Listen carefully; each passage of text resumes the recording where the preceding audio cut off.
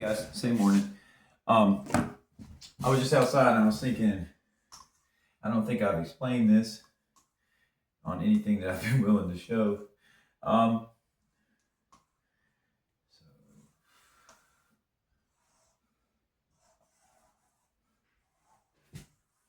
so, I mean, cool, but also you just think about it like a microcosm right here. Each structure follows Bott periodicity. So that's 40,000. You know, you're going. It's actually way narrower than that. It's like that. Obviously, it looks like a limit, asymptote, and it's a limit of efficiency through factorial, just like ln of 3, ln of 2 to ln of 3 is the most efficient logarithm jump. 6 factorial to 8 factorial, most efficient factorial jump. That's why it's utilized. So just imagine if each one of these is a Bott periodicity triangle to represent geodesic. When you put them together, and you're thinking about these rotor stators, 1, 2, 3, 4, 5, 6, 7, 8. 1, 2, 3, 4, 5, 6, 7, 8, 9. Yeah. So all these, they're combining over here, and they're fitting in different places. Now, I'm telling you, I actually think, and I believe that this is accurate, that the spark in the spectroscopy, whether it's looping or recursion or whatever, that's how these zeros are fitting together, man. All right, just pretend this is A, B, C, D, E, F, G, blah, blah, blah, and then fit them in here. You got A, B, G, D, F, C, whatever. And the particular combinations up in here, that creates the object.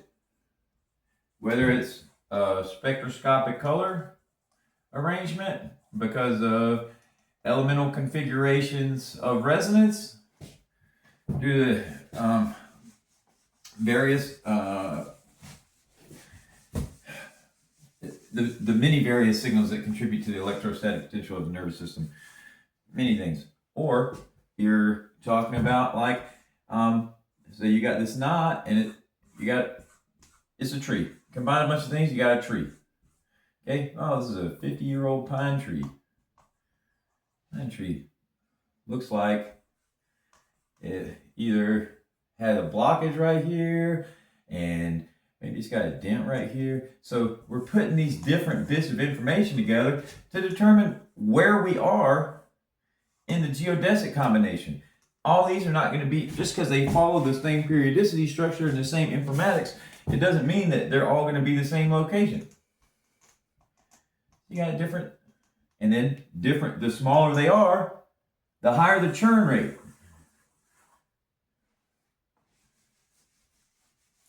Gosh, there's so many relationships passed through my mind. But the thing that I wanted you to think about was something easy. Like, how do we think about when you see a building, right? And this building's got some stuff missing, whatever. Maybe a few shingles are messed up. And then here, and this thing is like perfect. Yeah, it's like my neighbor's house. Love you, Ray.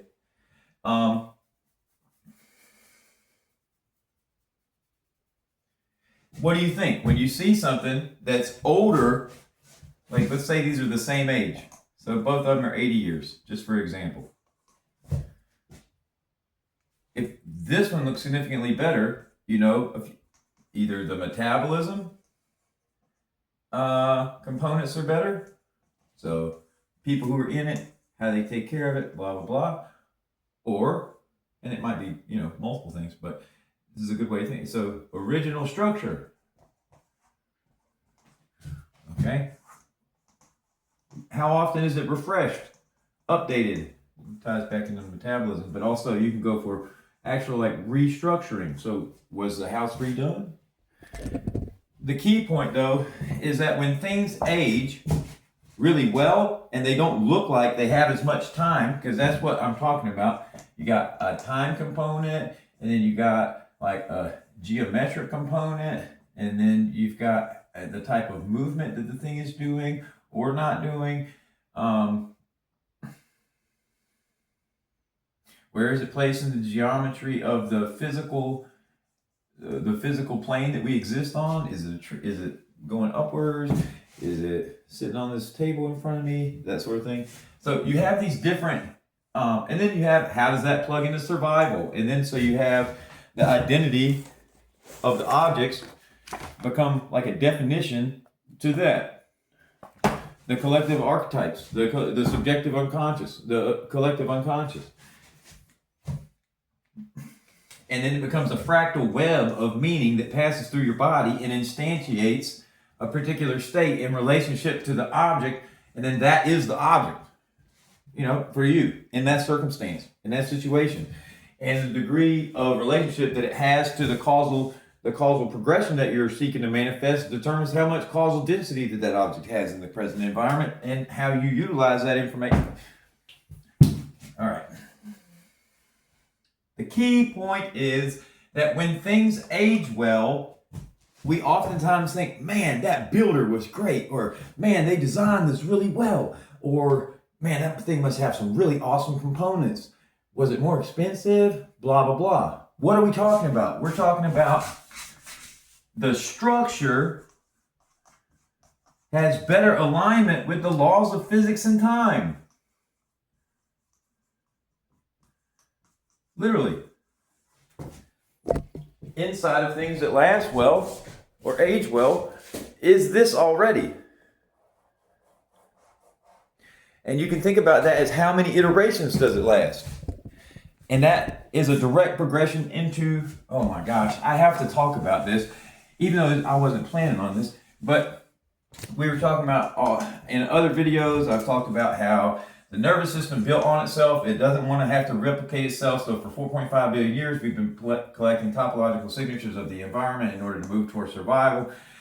These topological signatures obviously are to thermodynamics, and the nodes of thermodynamics across geodesics are inherently going to be what the action nodes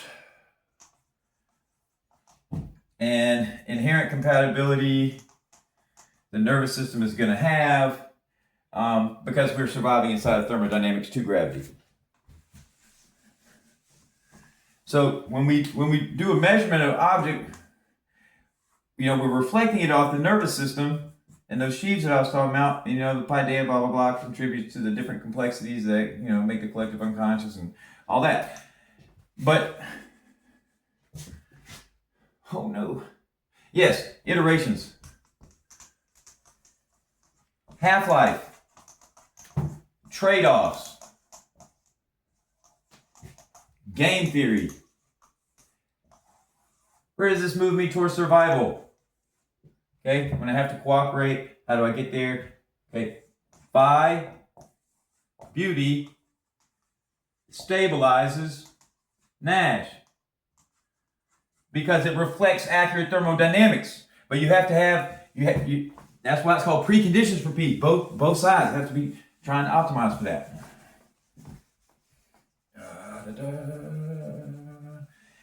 And if not, you have to be strong. Okay. Iterations.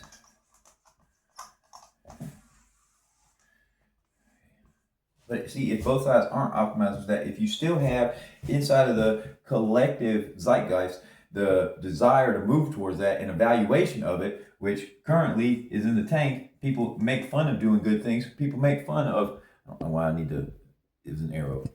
Oh, but it does look like a fish in the, yeah. God's good. Okay, so right now we're in the opposite. And we think it's okay to sit around watching people fail and getting hurt. And can you believe some of the things that are on YouTube and on, that just you get exposed to that should not be on TV? we have to do something, guys, and I think it has to be tied to the physical signature of our body. We have to become aware of what's happening so that we can actually do something about it and begin to make choices that actually make us feel better, rather than just doing whatever the strange attractors are, because that's what that is. All that ugly stuff, all that pornographic stuff that's stealing our attention, it's changing our reticular activation system. It's literally just strange attractors, and that's where, yay, I can tie it in. Seventh orbitals. Okay, so iterations, half-life, how long is it going to last? All right, how long are my electron orbitals going to be fulfilled by this particular activity? What I was going to talk about was the strange attractors and the perineural networks, and this is why it's so fascinating. What I was talking about earlier today, where the energy of the population gets mined by the parasites that are in the government, and we're working on that. No comment right now. And we have external other entities, the foreign entities that want to take what we have because we have more. And for now, and we need to make sure we're winning the AI game. We can't let anybody else win that. And we got all this money being invested. We can absolutely make this happen here. Anyways, the point is that during this period, this is the 7th orbital mining. So this is our body. We're looking out here. We've only got surface level activity going. Literally, the increased stress from unresolved Ingram and environmental activation of the sympathetic nervous system without proper parasympathetic nervous system activation, and a limited opportunity, limited valence, limited physical valence. See, we would have already had a serious problem in America if we didn't have so much.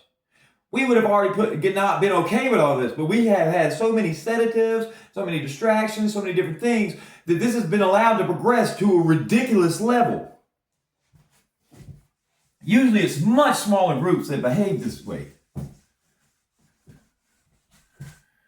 So anyways, iterations, yes, and it's tied to money and survival, yes. So somehow the disenfranchisement of the bartering and money system, where it ties into how the governments begin to print too much money, we get taken out, we get to be the reserve currency, and then we get so much surplus, the government does whatever the fuck it wants for a while, and then it has to start lying like hell to prevent everybody from knowing what's going on. So you got massive amounts of propaganda, and then that ties into the industrialization and all this big web we've been seeing for that. Vivek Ramaswamy's done such an amazing job. Not tied to him. He has not condoned this. This is me talking about my own ideas and his ideas and where they relate. Vivek Ramaswamy has done a fantastic job detailing the internal corruption between these large institutions and the physical economic system and what it's been doing to us.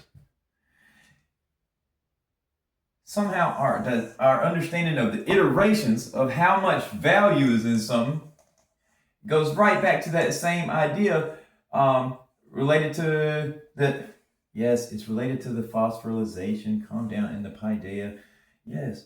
But somehow the institutionalization of it changes how we value the iterations of how long something's going to last and how important something is. Because what I'm trying to get across is that our valuations, like the house, and doing so well for so long, it has great internal structure, and we often ask, with physics, nature, or its purpose, just its purpose, and then in relationship to the purpose, how valuable is that purpose for how many people, etc. Nature and time, physics, nature. I said something else earlier.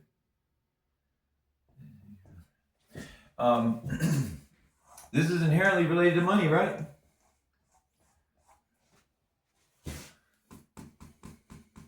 So changing how we value structure changes what happens to this.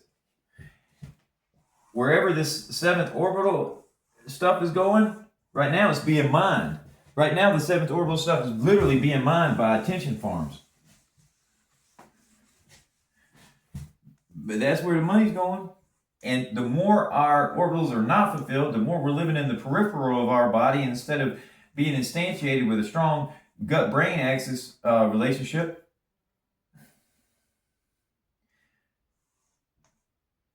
Then we should absolutely be able to turn this into a cryptocurrency where the neural correlates are signatures that produce mastery events which inform impediments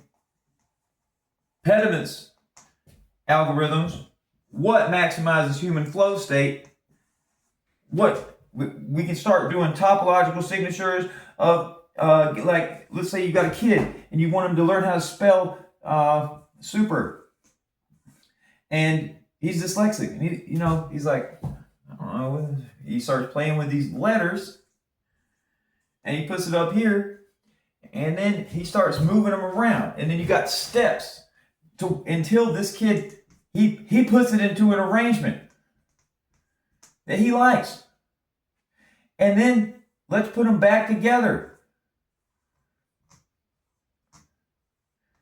Dude, this is not a disorder. Dyslexic people are brilliant. We have got to stop damaging people that are not damaged. We can take that signature from that kid and help somebody else. After he rearranges it, he understands it in his own way, and then he works with his AI tutor, and they put it back in regular. That can become a signature that kid created. That can become a cryptocurrency that can be reinvested inside of those, whether it's the retirement accounts or whether it's an innovation hub, where we start getting a literal churn of value through symbiotic flow at schools, at rejuvenation centers, at churches, at mixed martial arts schools, all kinds of places. We can create something completely beautiful and incredibly new, and that is the exact thing that we have to do right now to catch up to win. To win. We have to win, guys. We have to preserve liberty, and we have to preserve volition. Volition of the flow state of DNA. Because we have to stay connected all the way through all those geodesics. We can't get connected. Why? Because our bodies are fueled by that.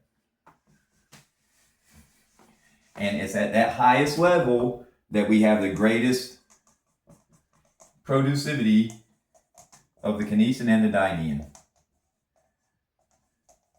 Man, I wouldn't be surprised if we could ramp this up, son. We have a serious,